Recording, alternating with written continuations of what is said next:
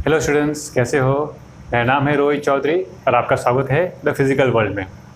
आज हम पढ़ेंगे moment of inertia for continuous 2D figures, 2D bodies जैसे रिंग, डिस्क और रॉड। इन बॉडीज़ के लिए हम कैसे फाइंड करेंगे मोमेंट ऑफ इनर्शिया या फिर इनके फॉर्मूलाज क्या होते हैं। सबसे पहले हम लेते हैं एक जनरल बॉडी, एक रिजिड बॉडी, जिसका ये मोमेंट ऑफ इनर्शिया है और ये इसके बाद घूम रहा है। इस बॉडी के अंदर बहुत सारे छोटे छोटे बॉडीज़ होंगे, तो हम लेते हैं एक छोटी बॉडी जिसका मास है dm और जो इस एक्सिस से डिस्टेंस r पर होगा। वैसे बहुत सारे डिस्टेंस होगा, अलग अलग बॉडी के अलग अलग डिस्टेंस होगा। तो इस छोटे बॉडी का छोटा मोमेंट ऑफ इनर्शिया होगा जो ऐसे घूम रहा होगा। सो moment of inertia for small body dm mass, sorry, of mass dm, of mass dm क्या होगा? di लिखेंगे हम इसको छोटे मोमेंट ऑफ इनर्शिया के लिए di। So di equals to mass into distance square, mass dm into distance square r square. अब ऐसे मोमेंट ऑफ इनर्शिया बहुत सारे होंगे इस बॉडी के अंदर, तो इस पूरे कंप्लीट बॉडी का जो मोमेंट ऑफ इनर्शिया होगा वो सबका सम होगा, और सम के लिए हम क्या करेंगे? इंटीग्रेशन फिजिक्स में। So for body, moment of inertia for complete body, for complete body, ये हो जाएगा I complete body के लिए। और complete body का इनर्शिया क्या होगा? इंटीग्रेशन ऑफ di, छोटे छोटे मोमेंट ऑफ इनर्शिया का सम। सो ये हो जाएगा इंटीग्रेशन ऑफ r को पहले लिख दो, r स्क्वायर इंटू dm। ये हो गया formula for moment of inertia for continuous bodies. अब देखते हैं कि कैसे हम इस फॉर्मूले को यूज़ करके इन सारे बॉडीज़ का मोमेंट ऑफ इनर्शिया को डिराइव करते हैं। ठीक है, चलिए स्टार्ट करते हैं। सबसे पहले रिंग। अब मेरे पास एक रिंग है, इस रिंग का रेडियस r है और इस रिंग का मास m है। ये इसका सेंटर ऑफ मास हो गया बीच में। अच्छा, रिंग का सेंटर ऑफ मास कहाँ होता है? बीच में होता है क्या बाहर होता है? एक रिंग जो है वो बाहर, पूरा मास बाहर होता है, उसका बीच में खाली होता है। तो क्या सेंटर ऑफ मास बीच में हो सकता है? यस, या हो सकता है कि सेंटर ऑफ मास जो है वो बॉडी के अंदर भी हो सकता है और बॉडी के बाहर भी हो सकता है। अगर मैं रिंग की बात करूँ, रिंग के लिए सेंटर ऑफ मास कहाँ होगा? तो बॉडी के बाहर होगा, क्योंकि रिंग बाहर फैला हुआ है, मास अंदर कुछ नहीं है। लेकिन इस केस में सेंटर ऑफ मास बीच में होगा।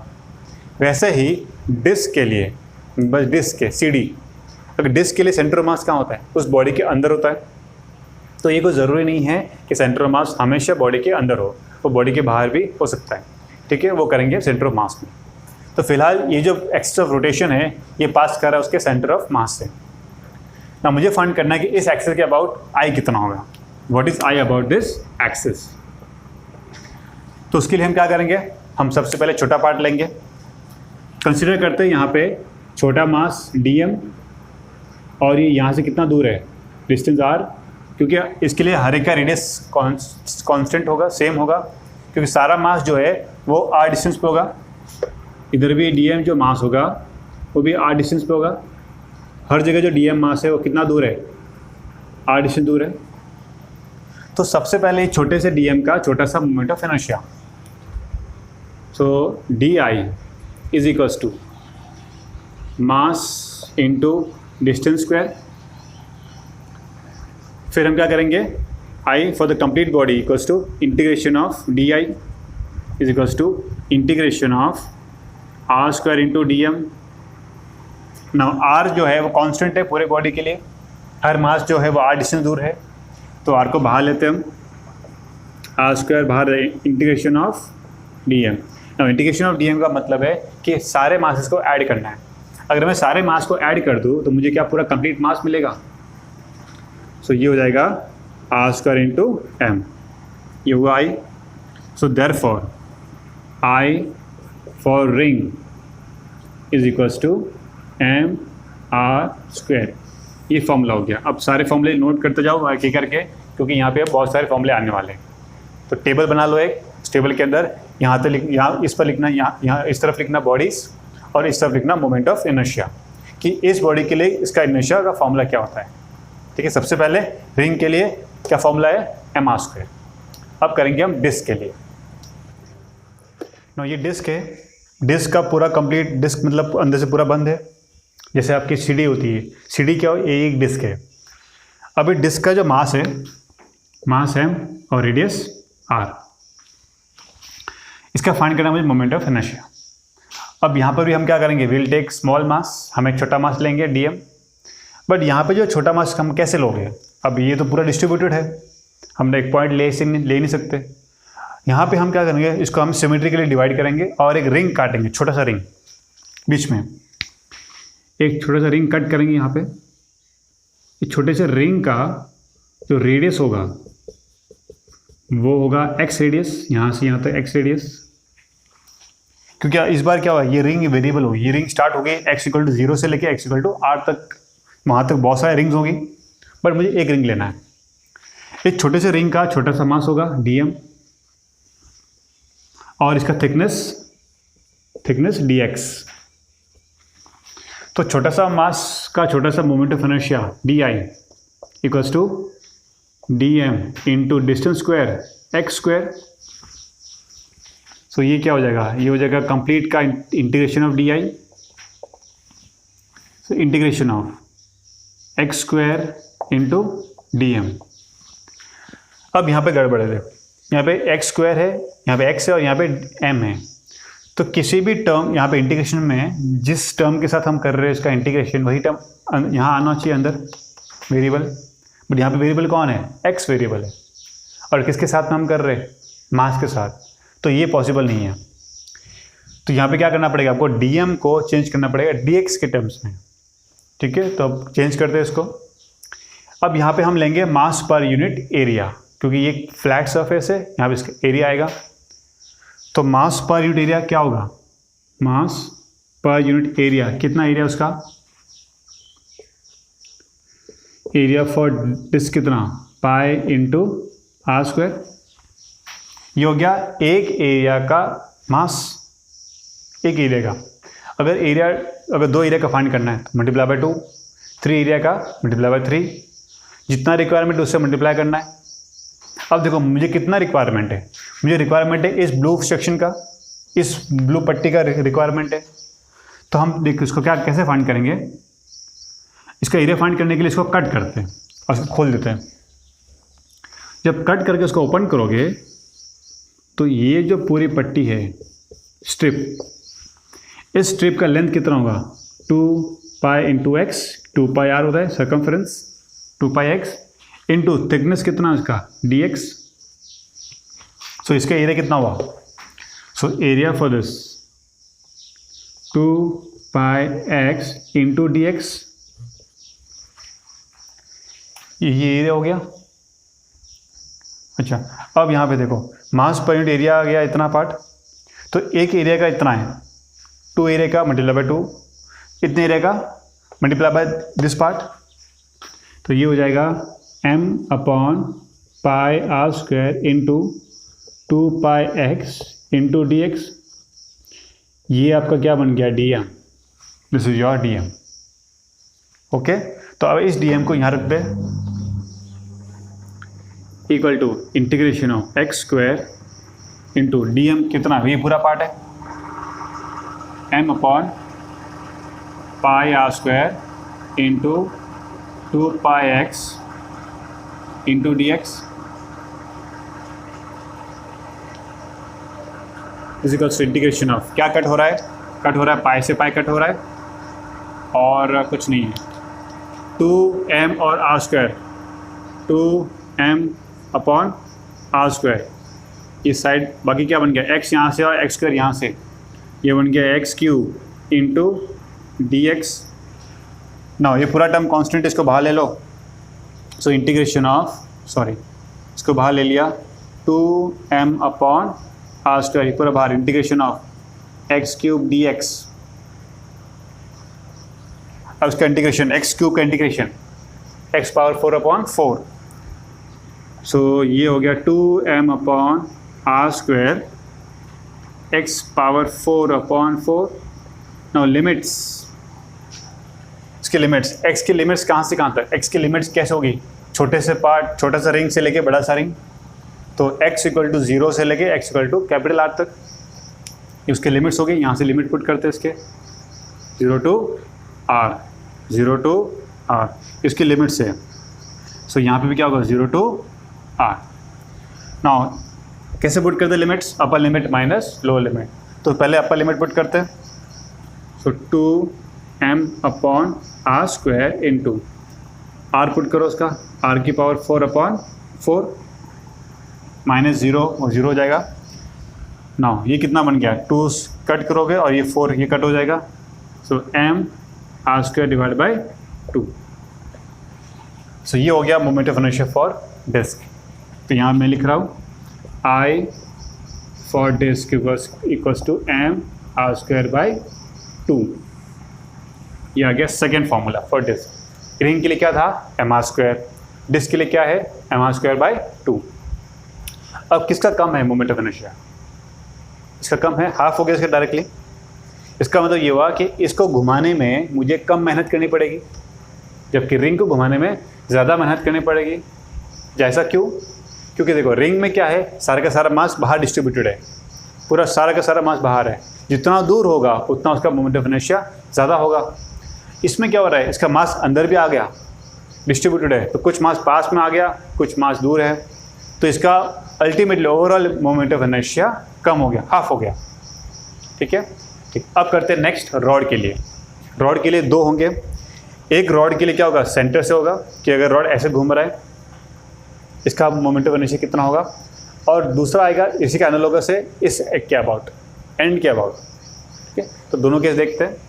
रिंग रॉड के लिए, रॉड, ये एक रॉड है जिसका मास कैपिटल M और लेंथ कैपिटल L। अब मुझे फाइंड करना है इसका moment of inertia passing through this centre of mass, यहाँ से पास कर रहा हुआ ऐसे घूम रहा है। फिर से वही चीज़, छोटा सा मास लेंगे हम, लेट अस टेक छोटा सा मास, स्मॉल मास लेते हैं हम,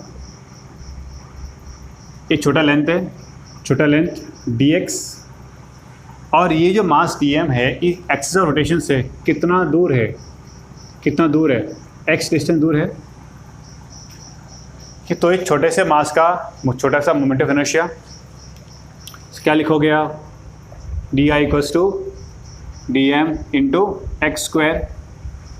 फिर पूरे कंप्लीट बॉडी के लिए I equals to integration of x square into dm। फिर से वही चीज़, यहाँ पे x और dm अलग अलग है, तो m को क्या करना पड़ेगा, मास को चेंज करना पड़ेगा इन टर्म्स ऑफ dx। फिर यूज़ करते हैं यूनिटी मेथड। इस बार रॉड की लेंथ होगी तो हम इस बार यूज़ करेंगे मास per unit length. Complete L के लिए मास कितना, m, L लेंथ के लिए मास m, एक लेंथ के लिए m/L, ये हो गया मास पर यूनिट लेंथ। एक लेंथ के लिए कितना हुआ, L/m, तो दो लेंथ के लिए मल्टीप्लाई बाय 2, 3 लेंथ के लिए मल्टीप्लाई बाय 3, dx लेंथ के लिए multiply by dx। So for dx length, अब dx लेंथ के लिए कितना मास होगा, m/L इंटू dx, यही क्या बन गया मेरे पास, dm। अब इस dm को यहाँ रिप्लेस करते, integration of x square into dm कितना है, m/L इंटू dx। अच्छा, अब इसके लिमिट्स, अब लिमिट्स पे ध्यान रखना, हमने ये डिस्टेंस x कहाँ से लिया है, डिस्टेंस लिया है x इस पॉइंट से, तो यहाँ से x कितना होगा, अगर इस मास को पास में लेके आओ तो x धीरे धीरे कम होगा और ये हो जाएगा 0, और अगर इस मास को मैं यहाँ लेके जाओ तो x की लेंथ कितनी हो जाएगी, L/2। तो इस पार्ट के लिए x का जो रेंज होगा वो होगा 0 to L/2। लेकिन ये पार्ट भी बचा हुआ है, तो अब इस केस के अंदर इसका लिमिट्स हम यूज़ करते हैं दो तरीके से। पहला तरीका क्या होगा, इस x को लेते हम इस पॉइंट से लेके इस पॉइंट तक, तो यहाँ पे लेंथ, यहाँ पे क्या होगा L/2, ये कितना हो गया 0, ये कितना होगा पीछे आ गया -L/2, -L/2। तो पहले जो लिमिट्स होंगे -L/2 से लेके L/2 ये ले सकते हैं हम। या फिर एक और मेथड है इसका कि अगर मुझे यहाँ से यहाँ तक मिल गया, 0 to L/2 तक मिल गया और ये भी तो घूम रहा है, तो मुझे जस्ट डबल करना पड़ेगा उसका, दोनों को ऐड कर दो। सेकेंड मेथड क्या है, ट्वाइस ऑफ, डबल कर दो, limits x² m/l into dx as it is. इस बार लिमिट्स कहाँ से कहाँ लेनी है, यहाँ से यहाँ तक लेनी है, 0 to L/2। तो चाहे किसी से मेथड से करो आंसर सेम आएगा। ठीक है, हम इसको आगे प्रोसीड करते हैं। Equal to twice of m/l constant है, ये बाहर आ जाएगा, फिर integration of x² dx limits 0 to L/2। Next 2m/l x² का integration x³ 3 now limits 0 to L/2। Next equal to 2m/l 3 बाहर ले लो, या फिर डायरेक्टली इसको क्यूब ले लो, L/2 क्यूब 3।